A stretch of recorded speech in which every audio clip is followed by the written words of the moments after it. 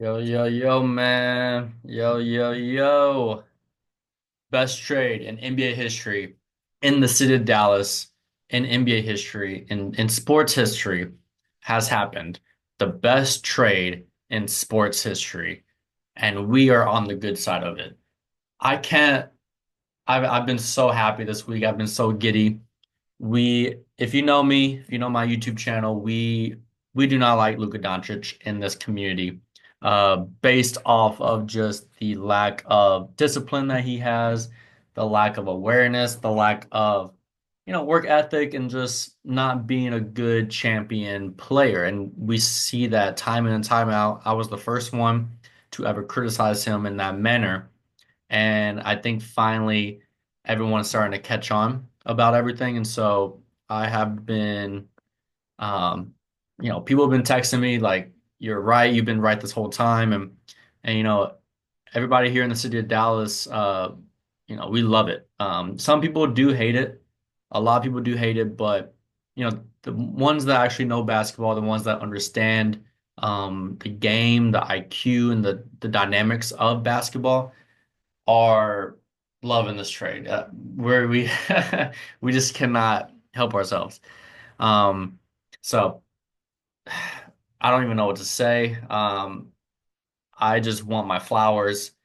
Y'all have probably seen a lot of my YouTube videos with me criticizing Luka and just being like the worst, one of the worst athletes of all time, like most overrated player.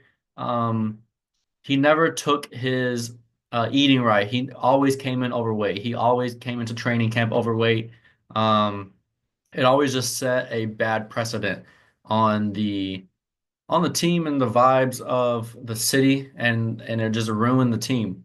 Um, getting Kyrie was a huge help for Luka. Having Kyrie, an actual champion, to maybe teach Luka.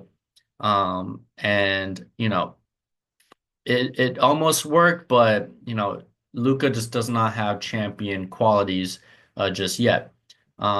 Fortunately, I think with Luka going to Los Angeles and being with an actual winner in LeBron might actually help. Might actually help. So, these are just my thoughts, my initial thoughts. I've been right for 7 years. I've always said we should have drafted Trae Young. We should have kept Trae Young. Um, and so, the last 7 years since 2018, I've been right. And I don't want any flowers, but hey, sometimes give me flowers. Um, just my initial thoughts. Having Anthony Davis here, having Kyrie, guess what they are? They're champions. Champions win. We don't want the showboat. We don't want the Hollywood. We don't want the party tricks. We don't want we don't want any of the specialness. We just want to win.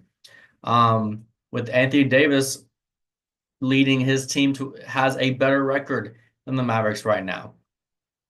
With Anthony Davis as the best player, with more pressure in LA to win, he has more wins than Luka Doncic. You know, NICO Harrison, amazing, amazing GM. You know, Nico, man, I'm trying to get in. I think he's heard my videos and seen my videos, and he's had to agree with me because I was kind of one of the few at the beginning where um we I was one of the few that criticized Luca and didn't show support. So I think I stuck out a little bit, and probably Nico saw those videos and saw that um all the analytics and all my thoughts, and I think I made a big part in this trade. And so, you know, we we're gonna have bigger, better, bigger, better teams. And I'm just I'm still happy, man. I'm still happy. Anthony Davis and Kyrie being champions. I predict them to be probably the number one seed this year, probably kind of go up there, maybe 2 or 3 seed. Will beat the Thunder. And I think the rematch with the Celtics will be more prepared. I think having someone, less whining, as Luka. Just a lot of the antics was just a big reason on why we lost to the Celtics in the finals. And so having someone like Anthony Davis, having someone that is a much better composed player, um, will fit right in. And I expect us to win a championship in the next year or two. And I think, or two or three. So I think, we are setting ourselves up for a better future with Anthony Davis. So, I feel bad for the Lakers. I don't know why Rob Pelinka wanted, well, I think they wanted Luka just because he is kind of Hollywood. He is kind of the extra flair that it does fit the LA lifestyle. So, I understand in a way they would rather have more, eyes on the TV watching their games than to win. And they do both. They do both for sure. Um, but I'm just happy to get rid of just the toxicness of Luka. Um, very, very happy with that. Um, as you can see, we got the Dallas Mavericks way down here. Lakers are way up there. Um, and I think with the Mavs, I think we're gonna climb up the ladder really quick here, pretty quick. Um, and then let's see. Yeah, this is very doable. I could see the Mavs, probably getting around the number three seed, number two maybe, and probably match well with the teams in the first round, second round, and then probably have to beat the Thunder in the conference finals, and then we'll beat the Celtics in the finals. So, you know, I'm looking forward. I'm so optimistic now. I'm so happy, man. I just can't believe we're on the pot. We're on the best side. We're on the winning side of the best trade in sports history. Um, so I'm just happy. I predict the Lakers, they're probably gonna go down a little bit just because of Luka's just unwillingness to adapt, and probably is just kind of having an emotional letdown with everything. So I predict the Lakers probably to drop down to the play-in type of thing, and so I can see the Suns and the Lakers kind of fighting it out for a little bit. Um, yeah, so I was looking up Anthony Davis earlier, man. We get all these points.